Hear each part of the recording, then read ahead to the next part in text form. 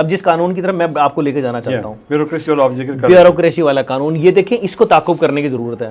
ہاں as a journalist میں اگر اس پہ سٹینڈ رہا، آپ کا سٹینڈ رہا، ہم کرتے رہے کام کہ بھائی بتایا جائے وہ جو قانون ہے، وہ قانون کہ جس کے بارے میں 17 فروری کو 18 فروری کو ایک رپورٹ شائع ہوئی کہ آئی ایم ایف نے شرائط میں سے ایک شرط یہ بھی رکھی لون کے دینے کے لیے کہ آپ اسٹرکچرل بینچ مارک بنائیں گے for civil servants to check and balance the civil servants, کیونکہ ان کو بھی پتا ہے، آئی ایم ایف کو پتا ہے، پوری دنیا کا کنٹرول ہے معاشی ان کے ہاتھ کے اندر کہ پاکستانی بیوروکریٹ کس لیول کی کرپشن کر کے پیسہ پارک کر رہے ہیں. تو وہ تو چاہتے ہیں نا کہ ہم جو اگر اس ملک کو قرضہ دے رہے ہیں تو قرضہ سیکیور کیسے ہوگا، کہ وہ ہمیں بتا رہے ہیں کہ بھائی پیسہ ہم دے رہے ہیں تمہیں، لیکن تم یہ کام کر لو تاکہ ہمارا پیسہ واپسی آنے کی. انہوں نے کہا کہ امیڈیٹلی وار فوٹنگ کے اوپر قانون بنایا جائے، اور وہ قانون انہوں نے سول سرونٹس امینڈمنٹ کے نام سے جو ہے وہ انہوں نے قومی اسمبلی کے اندر جو ہے وہ پیش ہوا، منظور ہوا، بادل ناخواستہ نہ چاہتے ہوئے وہ انہوں نے منظور کر لیا قومی اسمبلی نے. پھر وہ اگلے پروسیس کے اندر کچھ ہی دن کے بعد سینٹ کے ایوان مقتدرہ میں پیش ہوا، اور سینٹ میں بھی اس قانون کو وہ کر لیا گیا. یہ قانون اسپیشلی تھا سول سرونٹس کے لیے، گریڈ 17 سے لے کے 22 تک کے لوگوں کو. اور اس قانون کے تحت کرنا کیا تھا اب میں بتاتا ہوں. اس کے تحت یہ کرنا تھا کہ 17 گریڈ سے لے کے 22ویں گریڈ تک صوبائی اہلکار ہو یا فیڈرل کا آفیسر ہو، صوبائی آفیسر ہو یا فیڈرل حکومتوں کے آفیسر ہو، وہ ان کو یہ قانون جو پاس ہوا آپ کی اسے، اور پریزیڈنٹ آف پاکستان آصف علی زرداری نے بھی دستخط کر دیے بادل ناخواستہ، اس کے اوپر منظور ہو کے قانون بن گیا وہ. اب اس پہ امپلیمنٹیشن کا انتظار ہے کہ وہ جو قانون آپ نے قومی اسمبلی سے پاس کرا لیا، سینٹ نے اس کی منظوری دے دی، پریزیڈنٹ آف پاکستان نے اس کو اپنے دستخط سے قانون بنا دیا، اس پہ عمل درآمد کیا ہوتا ہے. اس قانون کی وضاحت اور فصاحت کیا ہے؟ اس کے اندر یہ ہے کہ آپ نے 17 گریڈ سے لے کے 22ویں گریڈ تک کے تمام سرکاری ملازمین، صوبائی حکومتوں کے وفاقی، ان کو پابند کیا کہ وہ ہر سال جو ہے اپنی بھی، اپنی اولاد کی بھی اور اپنی بیویوں کی بھی وہ ڈیجیٹل اپنا ڈیٹا سبمٹ کروائیں گے اپنے اثاثہ جات کا ہر سال، جو اس سے پہلے وہ نہیں تھا. پہلے کیا کہتے تھے؟ ٹیکس ریٹرن بھرتے تھے. نہیں، ایک کمشنر ہے یا ڈی سی ہے یا اے سی ہے یا کسی بھی یونیورسٹی کا وی سی آپ لے لیں یا کسی اور ادارے کا سیکٹری وغیرہ لے لیں، تو وہ سال ختم ہونے کے بعد جو ریٹرن جمع کرواتا تھا اس میں ایسے ڈکلیئر نہیں کرتا تھا. بائی لا اس کو یہ قانون تھی، یہ سہولت تھی کہ وہ نہیں، اس کو اس سے یہ پوچھا جاتا تھا کہ جو تنخواہ آپ کو مل رہی ہے اس کے اوپر آپ نے آمدن کے اوپر ٹیکس کٹا کہ نہیں کٹا، یہ پوچھتے. وہ صرف بتا دیتے تھے. وہ تو ظاہر بات ہے کہ تنخواہ پہ آٹو ڈیڈکشن ہو جاتی ہے. وہ ایک سرٹیفکیٹ لینا، وہ محکمہ خزانہ ان کو سرٹیفکیٹ دے دیتا تھا کہ جی آپ کا یہ ٹیکس سرٹیفکیٹ ہے، یہ آپ نے اٹیچ کریں اور جمع کرا دیں. This is the very first time by the pressure of I M F آپ نے قانون بنایا کہ قانون پہ عمل درآمد. میں نے ابھی آج پروگرام جب ہمارا ریکارڈ ہو رہا ہے اس پہ امپلیمنٹیشن ابھی تک نہیں ہوئی. قانون بن گیا ہے، امپلیمنٹیشن اس قانون کے مطابق اب کیا، اس قانون میں کیا چیز ہے؟ اس قانون کے مطابق یہ ہے کہ تمام وہ افیسران جن کا تعلق صوبے سے ہے یا وفاق سے، وہ اپنی بچے بیٹے بیٹیوں کی اور اپنی اہلیہ کی تمام جائیداد کے گوشوارے ڈیجیٹل جو ہے وہ ریٹرن کے طور پہ سبمٹ کروائیں گے، اور ہر سال بتائیں گے کہ ان کے اثاثے. اچھا، پھر اس میں یہ بھی پوچھا گیا کہ not only in this country, دنیا بھر میں جہاں بھی آپ کی ہے وہ بتائیں. یہ بہت اچھا قانون ہے. یہاں ان کی ٹریس کون کرے گا؟ یہاں میری دبئی میں پراپرٹی ہے، میں نہیں ڈکلیئر کرتا سر. وہ کون جا کے وہاں دبئی میں جا کے چھنٹی کرے گا؟ دیکھیں پوری ایک دنیا ہے، پوری جرنلزم بیسیکلی سوسائٹیوں پہ احسان ہے، صحافت احسان ہے، اس کو ماننا پڑے گا.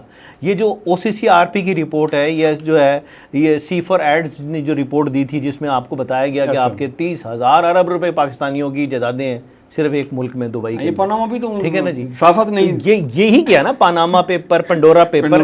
یہ جرنلسٹوں کا احسان ہے سوسائٹیز کے اوپر کہ وہ ڈگ آؤٹ کرتے ہیں. یہ قانون تو نا، پہلے تو قانون نہیں تھا، یہ بچ جاتے تھے. پہلے یہ بنا لیتے تھے جائیدادیں، لیکن پاکستانی ریاست پوچھ نہیں سکتی تھی کہ قانون ہی نہیں تھا. This will be the very first time کہ اب قانون بن گیا. اب اگر ان کی جائیداد کوئی او سی سی آر پی کا کوئی جرنلسٹ جا کے ڈھونڈتا ہے، یا سی فار ایڈز والے ڈھونڈتے ہیں، یا پنڈورا والے ڈھونڈتے ہیں، تو بھائی قانون کی شکنی ہوگی اور آپ کو بچنے کا کوئی راستہ نہیں ہوگا. سو دس اب اس قانون میں ایک بڑی مزیداری ہے، اور اس پہ تو آپ ریل بنانا. یہ جو قانون پاس ہو گیا، اس قانون کے اندر ججز کو وہ استثنا دے دیا گیا. وہ معصوم ہے سر، وہ نہیں کرپشن کرتے. دیکھیں نا آپ نے مجھے سمجھ یہ نہیں آئی کہ بھائی یا کیا ججز جو ہیں آپ کے وہ وفاق کی یا صوبائی ملازم نہیں ہیں؟ کیا وہ وزارت قانون کے اندر نہیں آتے؟ کیا وہ سرکار کے خزانے سے تنخواہ نہیں لیتے؟ کیا ریاست پاکستان کے خزانے سے ججز صاحبان کو مراتب اور تنخواہیں نہیں مل رہی؟ کیا ان کے گریڈز نہیں ہیں؟ اگر وہ سرکاری ملازمین ہیں ججز صاحبان، اگر وہ صوبائی اور وفاقی حکومتوں سے مراد یافتہ ہیں، اور اگر وہ سرکاری منصب خود کو سرکاری منصب کے پر فائز ڈکلیئر کرتے ہیں، اناؤنس کرتے ہیں، تو مجھے بتائیں کہ اس قانون نے جو کہ اب ریسنٹلی پاس ہوا ہے اس میں ان کو استثناء کیوں دیا جا رہا ہے؟ کیوں یہ تفریق؟ یعنی کہ جنہوں نے انصاف فراہم کرنا ہے آپ ان کو ہی انصاف کے پابند نہیں بنا رہے. لیکن سپریم کورٹ کی رولنگ کے تحت وہ نہیں کر رہے ہوں گے. دیکھیں قاضی فیض عیسیٰ کے کیس میں سر یہ ہوا تھا نا کہ وہ اپنی بیوی کے ایسٹس اور بچوں کے ایسٹ ڈکلیئر کرنے کا پابند نہیں ہے. سر قانون اس سے پہلے نہیں تھا، قانون اب بنا ہے، یاد رکھیں. یہ جسٹس فائز عیسیٰ کا جو معاملہ ہے یہ اس قانون سازی سے پہلے کا ہے. اس مطلب سپریم کورٹ کی رولنگ کینسل ہو جائے گی. وہ سر قانون بن گیا، قانون کیسے ٹھہر سکتا ہے سپریم کورٹ کی رولنگ؟ وہ اسی کے تحت میرے خیال میں ججز کو انہوں نے وہ دیے ہے نا.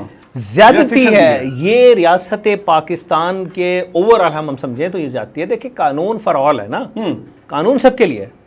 قانون میرے لیے کچھ اور ہو، آپ کے لیے کچھ اور ہو، تو یہ تفریق جو ہے کسی وقت بھی کسی بھی لمحے میں کسی بھی دور میں معاشرے کے لیے اچھی نہیں ہوتی. سو یہ انفارچونیٹ ہے کہ اس قانون کے اندر یہ میں نے بھی طور پہ بھی ابتدائی معلومات اکٹھی کی، اللہ تعالیٰ معاف کرے کمی بیشی کہ ہو سکتا ہے میں غلط ہوں، لیکن جو میری دستیاب معلومات ہے جو میں آج آپ کا شو میں ریکارڈنگ سے پہلے تمام ہی چیک آؤٹ کیا کہ کیا یہ قانون جو بنا رہے ہیں اس قانون کے تحت ہماری جوڈیشری اس قانون کے اندر آتی ہے کہ نہیں آتی. تو انفارچونیٹلی جو میرے پاس انفارمیشن آئی اس کے مطابق جو ہے ججز اس میں فعال نہیں کرتے. تو یار یہ اس تفریق کے لیے آواز اٹھنی چاہیے. جب آپ انصاف پسند سوسائٹی بنانا چاہتے ہیں تو بھائی انصاف فار آل کیوں نہیں، رول فار آل کیوں نہیں، لا فار آل کیوں نہیں ہے؟ ججز کا اکاؤنٹیبل تو ہونا چاہیے نا جب کا.